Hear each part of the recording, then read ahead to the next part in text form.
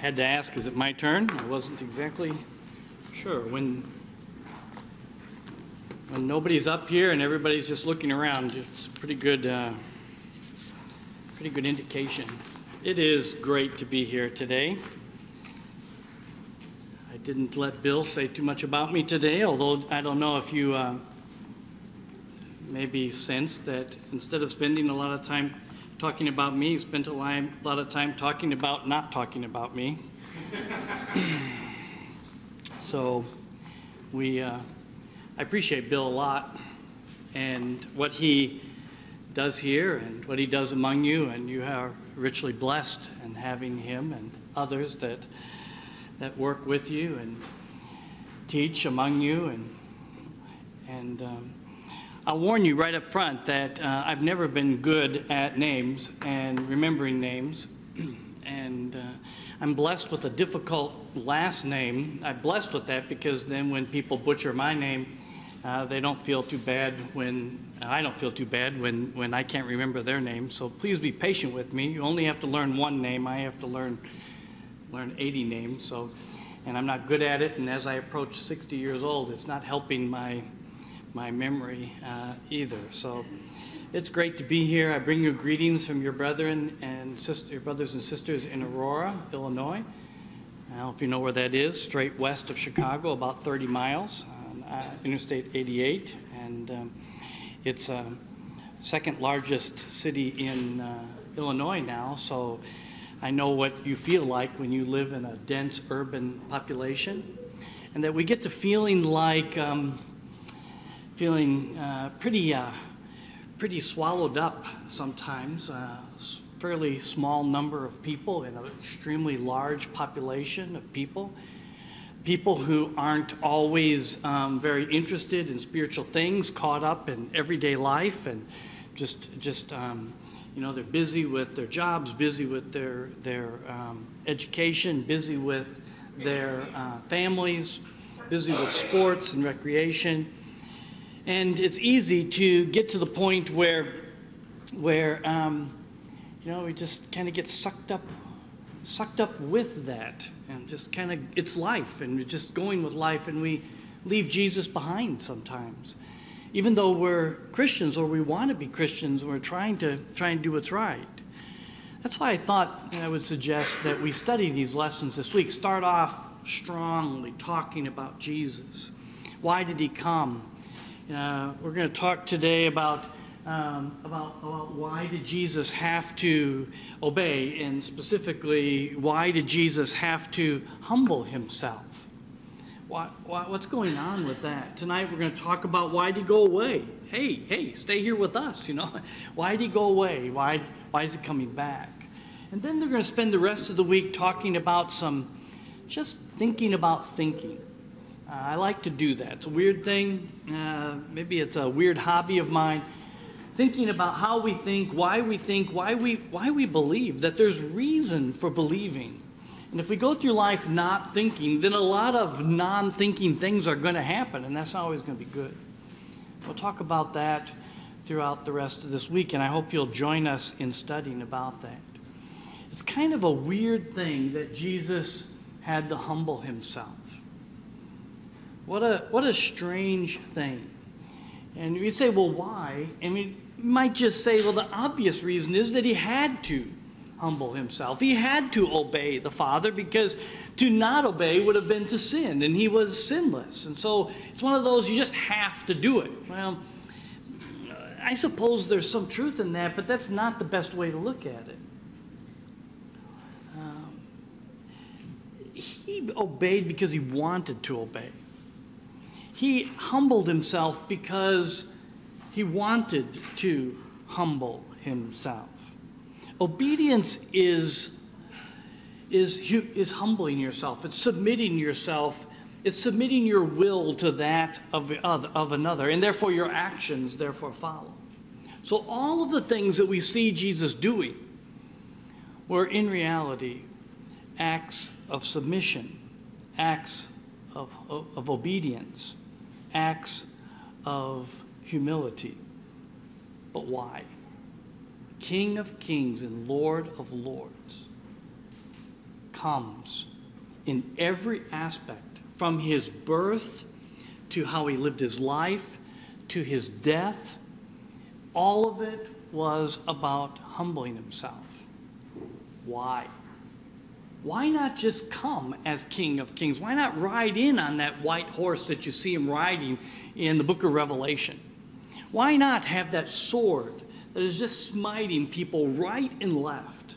Why not sit on the throne that he now sits on in our presence? Why not just hover someplace in the sky? Why come here on earth and humble himself? You know, Philippians chapter 2, if you listen to that, it's amazing what he did. Where he made himself, first of all, he was in the very form of God, Philippians 2 and verse 6, but he didn't consider it, my translation says, robbery to be equal with God. Not a great translation, because it sounds like he was going to steal his equality with God from God, and that's not what it means. What happens when you get robbed? Somebody grabs it and won't let go, and that's what this word means. Jesus didn't grab on to his equality with God, which he had, and refused to let go of it. Instead, what he does is he makes himself of no reputation, verse 7. He takes the form of a bondservant, and he comes in the likeness of men. This ultimate act of God himself coming here. And when he comes here, the crazy thing is he comes here as a man. And everything about his form, everything about his appearance is a man. If Jesus was standing here in his earthly body, we would have not noticed anything particularly remarkable about him. It wasn't glowing. He didn't have that little halo thing above him or anything like that. You didn't get this weird kind of prickly feeling up your neck when he walked in the room like, hey, you know, something's weird going on here. He would have just been this guy who was making extraordinary claims and doing extraordinary things. He humbled himself to the point of becoming obedient, verse 8 says. Obedient even to the point of death. Even the death of the cross, it says. So, of that times, one of the worst possible deaths. And he humbled himself. Why? The answer that I want to talk about today is probably not what you're thinking. The answer that you're probably thinking is that he humbled himself so that he could redeem us, so he could save us, and there is certainly some truth in that. But that is not what Philippians chapter 2 argues. Philippians 2 doesn't argue that he had to do that. He had to take it to that extent. There was no other way, and so he just had to do it. That's not what it says. But let's talk first about the extent of Christ's obedience for a few minutes. Over in John chapter 6, we're reminded that he did not do his own will. Look at John 6 and verse 38 with me. For I have come down from heaven not to do my own will, but the will of him who sent me. Actually, that should say John chapter 6. Having plenty of typos today. I apologize for that. John chapter 6 and verse 38. He did not come to do his own will. If you want to know why he humbled himself, it was because his goal was to come, and in coming, not do his own will. Could he have done his own will? You know, there are people who argue that Jesus was not God, and that his doing the will of God proves, calling God his Father, and submitting himself proves that he's not God. And in reality, what he says is I could have done my own will. I could have called legions of angels to save me, but I didn't. Why not? Because he didn't come to do his own will. that he just made up his mind. I am not going to. I am going to humble myself, and in humbling myself, I'm not going to do my own will. Look at Hebrews chapter 10 with me. Hebrews 10 and verse 10. By that will, we have been sanctified through the offering of the body of Jesus Christ once for all. Jesus came to do the will of his Father. Verse 9, behold, I have come to do your will, O God. He takes away the first, that he may establish the second. By the way, this is inextricably connected to him dying for our sins, which is verse 10. So you're right that Jesus humbled himself so that he could, how does he say, sanctify us through the offering of his body. But there's something involved that is even before that. Before he came to do the will of the Father. And in doing that, he became this one who could redeem us. I think maybe we would like to think that Jesus just, had this plan and he just came and he was his idea and he just worked this whole thing. That is not exactly what we see happening. Over and over and over again, he says, I have come to do the will of the Father. In John chapter 14, verses 30 and 31, I will no longer talk much with you, for the ruler of this world is coming, and he has nothing in me. But that the world may know that I love the Father, and as the Father gave me commandment, so I do. Arise, let us go from here. What's happening here? Jesus is getting ready to go to the cross.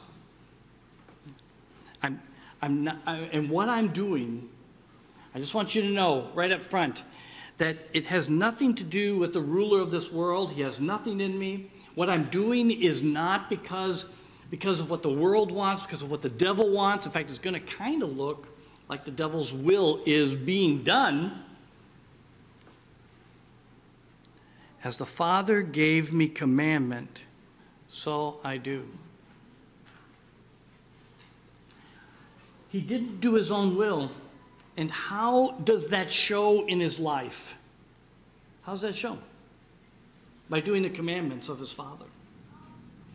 Okay? He wasn't just doing commandments as this checklist of I don't know, I'm trying to just not sin. I'm trying to, not go to hell. He wasn't doing his own will. He had given up his will. He had given up what I want, and I'm going to do what I want. I feel this should be done, and so I'm going to do it. I like this. I want this. This is my, life plan. This is how I thought it should go. That's not how he looked at any of this. As my Father gave commandment, that's what I'm going to do. That's what he wanted to do.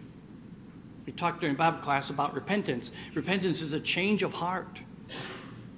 It's changing a heart to want to do, to think like God.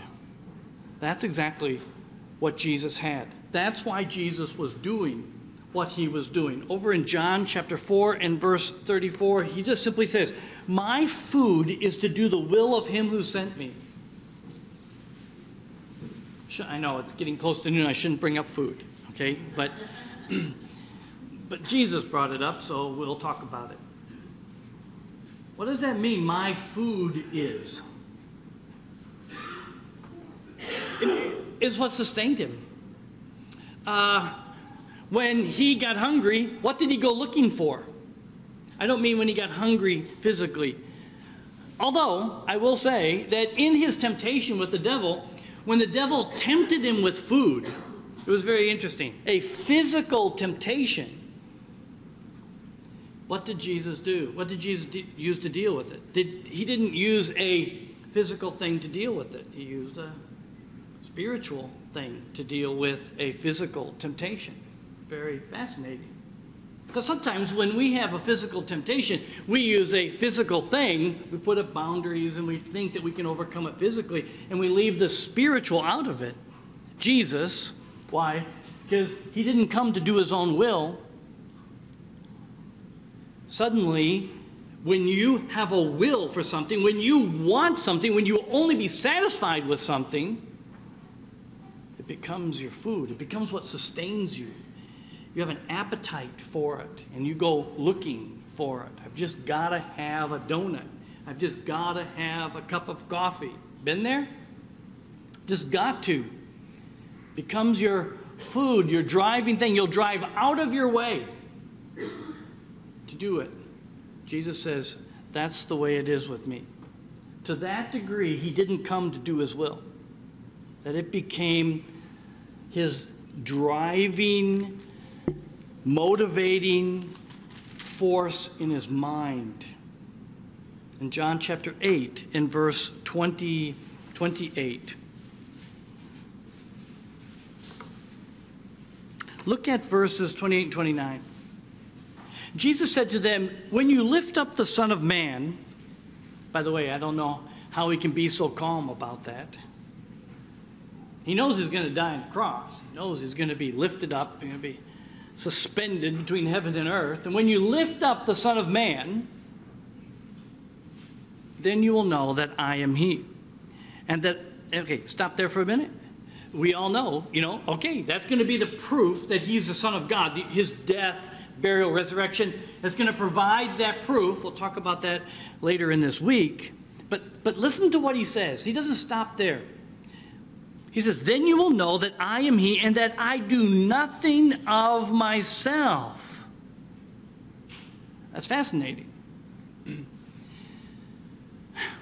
So when you kill somebody and they're lying, they're dead, what can that person do?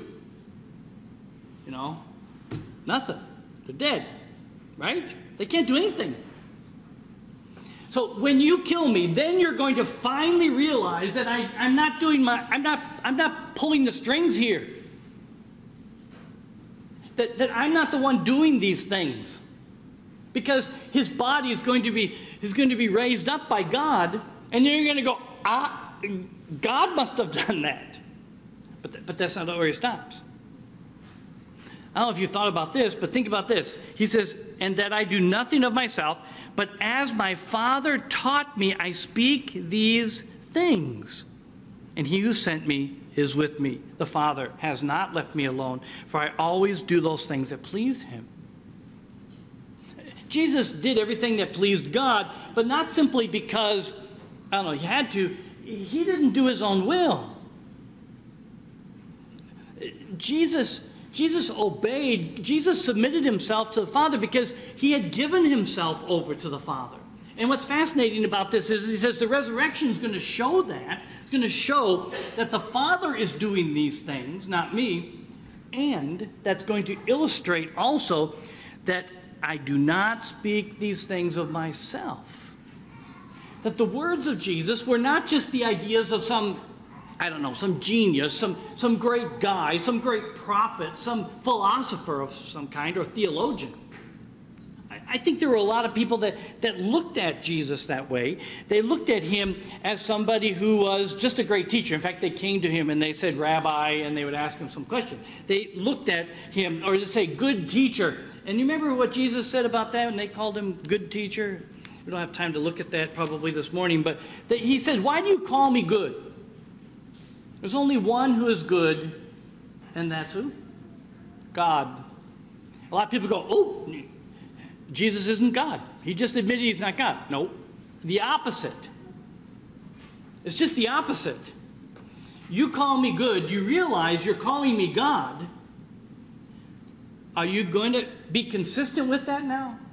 I'm going to tell you some stuff. I'm going to say some stuff from God, and you're not going to act like it came from God.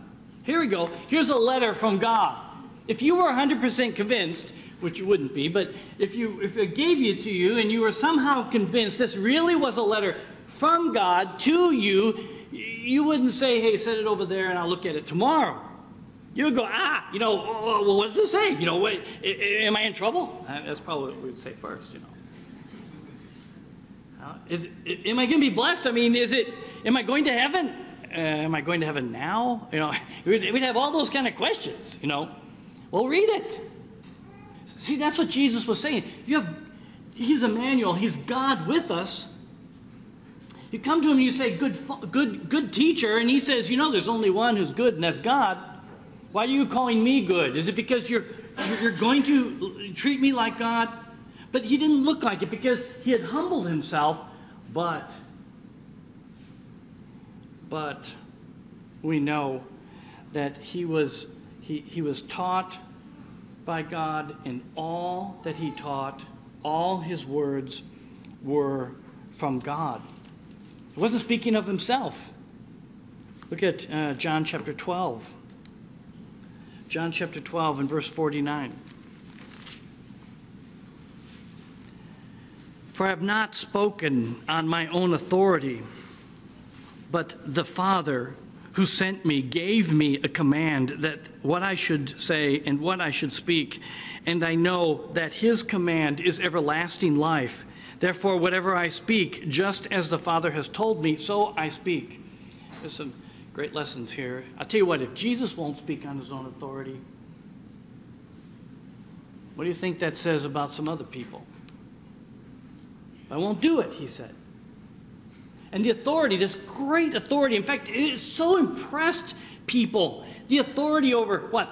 The wind and the waves even listened to him. The authority over the spiritual world, over demons, his authority over disease, and then what's I think one of the best, most fascinating things to me is that I understand why miracles were impressive, but sometimes some people went to listen to Jesus and said he spoke with an authority that other people didn't have. Just his teaching, I think it was shouting. It was just, he was speaking directly from God. In his applications of the scriptures and application to daily life, it was just right. And people were blown away by it. And here's what Jesus says. He says, it's not my authority. I'm not speaking from myself, but as the Father commands me, as the Father teaches me, as the Father shows me, that's what I do. Look at one more verse in John chapter 14 and verse 10. Do you believe that I am in the Father, and the Father in me? The words that I speak to you, I do not speak on my own authority, but the Father who dwells in me does the works. So even his works, his miracles, where did it come from? From the Father.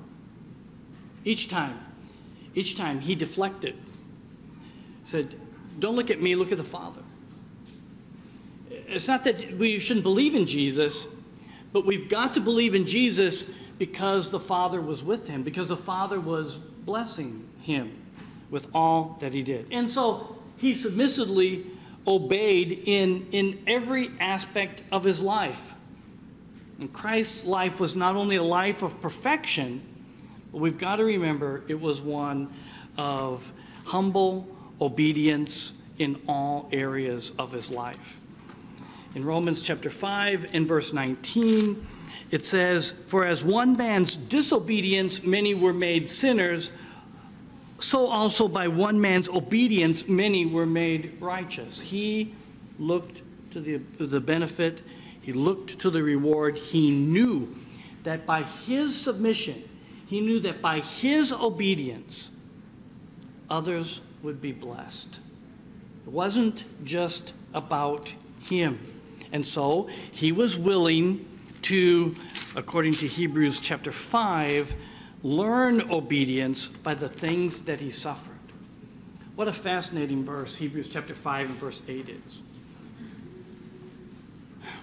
By learning obedience, it doesn't mean he learned what the word meant. That God up in heaven somehow or other can't quite wrap his mind around what obedience means. That's not what it is. God invented obedience. He invented the word obedience.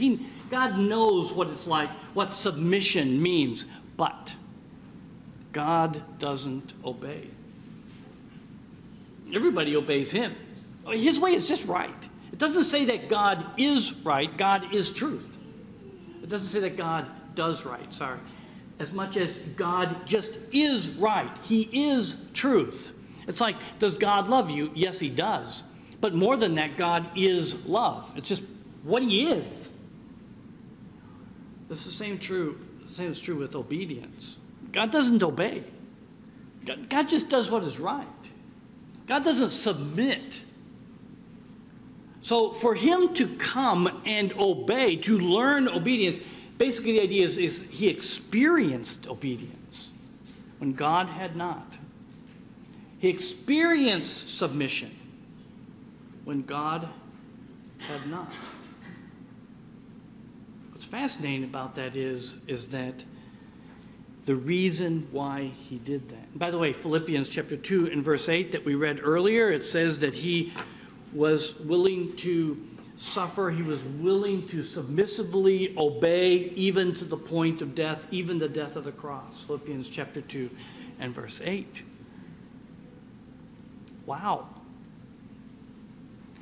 Before we talk any further, I want to point out one quick thing. We have a wow factor to take to other people in the story of the gospel. And I'm afraid sometimes it becomes so, commonplace to us that Jesus died for us, that he came from heaven for us, and we just kind of becomes commonplace for us. When we take the gospel to other people, we have this wow story. We have this, you are expensive. You have a blessing from God waiting for you, extended for you. This is amazing what God did, that God, the God of this universe, our creator, came here. Why would he do that? We know he would do that to save us. Amazing. It's an amazing story. We need to show that to other people. Not just kind of sheepishly say, I have some commandments that you need to keep so you don't go to hell.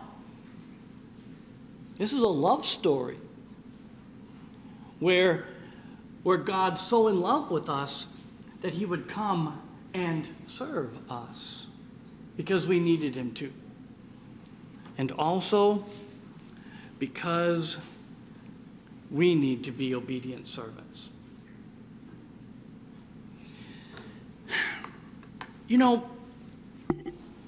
Jesus didn't come to show us how to be a king because we're not kings. We're not going to live here as kings. Jesus didn't come to show us how to be gods because we're not gods. Could he have come here and showed us what it's like to be a god on earth? Yes. Glowing glory. I can't even look at him. Remember Moses on the mountain? Couldn't even look at God. And even when some of the glory got on him, he had to veil his face because it was glowing. People couldn't stand to look at his face when he came down. Could God have come like that? Could Jesus have come? Of course he could have come like that. Could he have had this, this bubble around him so that nothing, some kind of force field, sticks and stones bouncing off and they come to arrest him and they bounce off. Could he have done that? Of course he could have done that. But he didn't, not only just because he had to die for us, but because we have to live for him as submissive servants. He came to show us how to live for God. He didn't come to show us how to be God. We can't be, even if we knew it. He didn't show us how to be kings, sitting on thrones and people, bringing us fruit and dropping it in our mouths, because we're not living like that. We're not kings. We're servants. And so when Jesus said, "Follow me," he didn't say, "Follow me and I'll show you how to be a god." He didn't say, "Follow me and I'll show you how to be a king."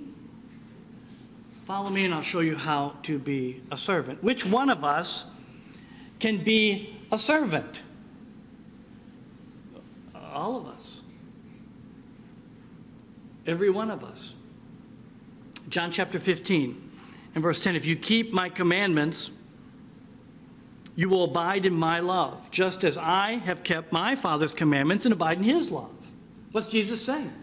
Look at me. Look at me. What am I doing? Barking out commandments? No. Follow me, barking out commandments? No, that's not what he says. I kept my Father's commandments. You keep my commandments. I've shown you how to do that. I abide in my Father's love. You abide in my love. He's showing us something. Wait a minute. This isn't weakness. This is submission. This isn't Jesus failing. This is Jesus showing us how to live, how to be followers of God now. Flip over to 1 Peter chapter 2. 21. 1 Peter 2:21. By the way, this is the section, verse 18. Servants, be submissive to your masters. He's already talked about being submissive to your government, verse 13. He's already talked about in verse 11 just being generally pilgrims and sojourners and being submissive. He's going to go on and talk about wives being submissive to their husbands, and he's going to go on to talk about just being submissive to one another.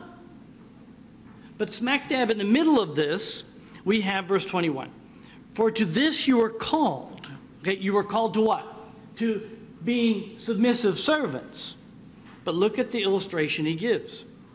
For to this you are called because Christ also suffered for us, leaving us an example that we should follow in his steps, who committed no sin, nor was deceit found in his mouth, who when he was reviled, he didn't revile in return, he suffered, he did not threaten, but committed himself to him who judges righteously, who himself bore our sins in his own body on the tree, that we, having died to sins, might live for righteousness, by whose stripes you were healed. For you were like sheep gone astray, but have now returned to the shepherd and overseer of your souls. Why should you submit? Why should you submit here on earth, in earthly relationships, in a godly sort of way? Why would God ever ask you to do that? He said, well, he asked his son to do that. He asked his son to be submissive in all things. If God could come here and be submissive, we certainly can. We're not too big for that. I mean, do you know who I am? Well, no, because I wouldn't let Bill tell you, but do you know what I've accomplished? Do you know all the things I've done? You know how rich I am, how popular I am, how successful I am? Jesus didn't say that. Could have. Bow before me. But he didn't. Why not? Well, because he was teaching us how to live in this world. Even to the point of suffering. Even to the point of being mistreated. What do I do? Yeah, but I'm not being treated the right way. And you're expecting me to suffer in silence. You're expecting me to still be submissive. You're expecting me to still do the will of God and treat other people, love my enemies and those who persecute and despitefully use me. You're expecting me to treat them in a godly sort of way? I can't believe it. He says, are you a follower of Christ? Didn't he show you how to be that kind of person? A force field wouldn't have helped. If he would have had that force field around him and the sticks and stones would have bounced off, we'd say, well, I don't have a force field. What kind of master am I following here? What kind of example did he set? Because every time they came to persecute him, it just bounced off. He sat up on this throne and people were dropping fruit in his mouth, and I don't get to be that. I have to be right down here with the servants, and it's hard down here. He says, been there. Done that. He knows what that's like. That's why he came as a servant. Because he knows that we're not here to do our own will. Could he have done his own will? Yep. Did he know it was right? Yep. Could he have barked out commands? Yep. But he didn't come to do that, because he came to show you how to live as a person who's under commands, under authority. And so we can follow a person like that. We're following him, a person who was an obedient, submissive, because we're obedient submissives. We're not here to do our own will. We would be constantly saying, well, we can't follow Jesus in that because he was king, and I'm not, I'm a servant. We'd be constantly saying, well, I wish he understood. But we don't have to say that. He was obedient in all things. We're obedient in all things. He kept commandments. We keep commandments. And I'm just going to tell you, I told you before that we have an opportunity to show Christ to other people. But I'm going to tell you that one of the greatest ways that you have to show Christ to other people is to be obedient and submissive. Super unpopular, super rare in our culture today for people to be kind and loving and particularly submissive. That's why, if you're still in that same opening in 1 Peter chapter 3, it suggests that other people are going to learn from us. He uses the illustration of a wife being submissive to her husband, verse 1, even if some don't obey the word. So what happens if you're married to an unbeliever? Well, then, you get a pass card. You don't have to be submissive to somebody who's an unbeliever. He says, no. In fact, just the opposite. He says, so that even if they do not obey the word, they without a word may be won by the conduct of their wives while they observe your chaste conduct accompanied by fear. And then he goes on to say, so don't try to impress your spouse, your husband, with the stuff you've got, your sports car, or in this case, the way you dress or your hair. He says, but instead let it be the hidden person of the heart. Listen to this, with the incorruptible beauty of a gentle and quiet spirit, which is very precious in the sight of God. That gentle and quiet spirit is an attitude of submission. What on earth? Well, it's different. It's not on earth. Show them something that they don't just see everywhere. And I'm afraid that sometimes we take some glory in the fact that we are just a little bit better than the world, or a little less unamazing than the world. That's a weird thing. Think about that for a minute. Less unamazing. The world is normal, unamazing. It's just the world. And when we are being challenged to be less unamazing, what is that? I'll give you an example. Forgiving.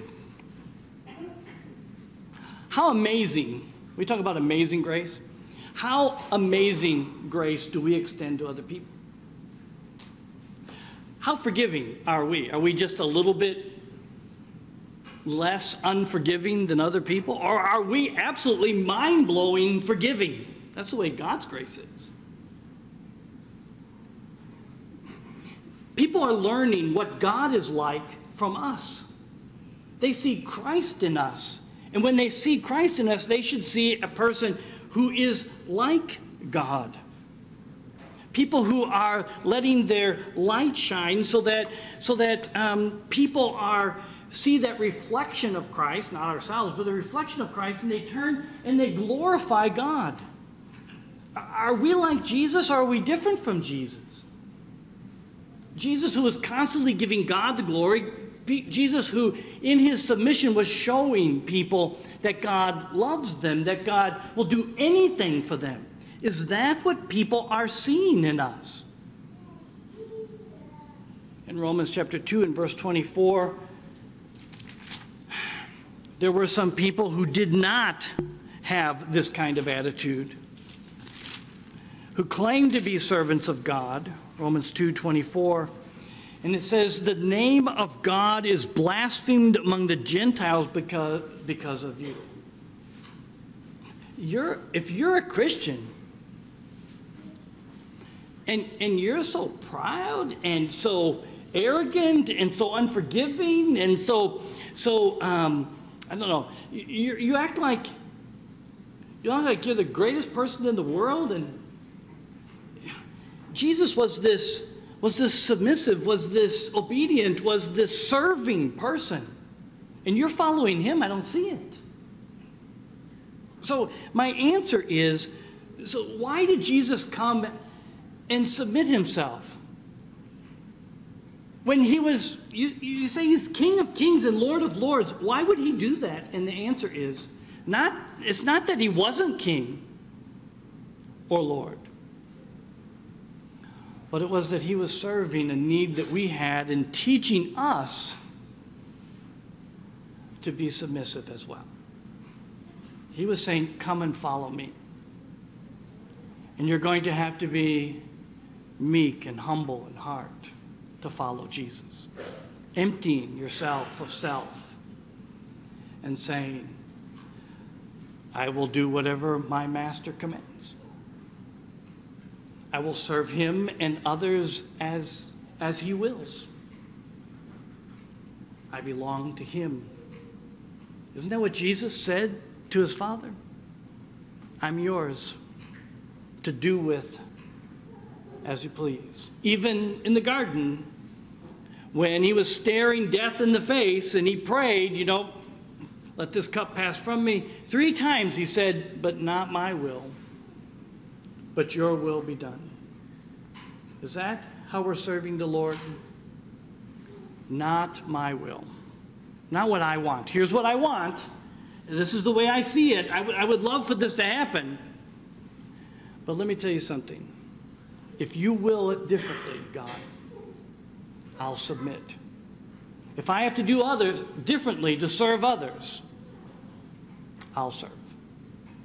That's what he calls you to. Are you a servant of God? We use that phrase. We throw it around pretty freely. Servants of God. Are you a servant of God? Jesus was. So the question is, are you really following Jesus? If you're already a child of God, you need to search your heart and ask yourself, am I a servant of God? Do I have a submissive heart that will serve God and others? Whatever it takes. And if you aren't a child of God, the idea of repentance is to change your heart from arrogance and from rebellion to submissive and servant. And if you need to do that, you can change your mind. You can confess Christ and be baptized, put on Christ to serve him. If you need to do that, tell us while we stand and sing this song.